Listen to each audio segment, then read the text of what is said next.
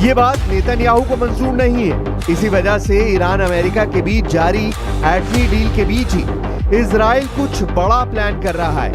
New York times की report के मुताबिक इजराइल किसी भी वक्त ऐसा हमला बोल सकता है जिसका निशाना ईरान के न्यूक्लियर सेंटर होंगे।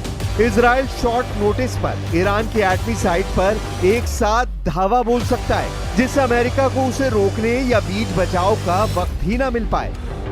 इजराइल के हमले की आशंका प्रेसिडेंट ट्रंप को भी है, इसीलिए उन्होंने नेतन्याहू को न्यूक्लियर डील में खलल न डालने के लिए आगाह कर रखा है। लेकिन इजराइल करता वही है जिससे उसके दुश्मन दहले।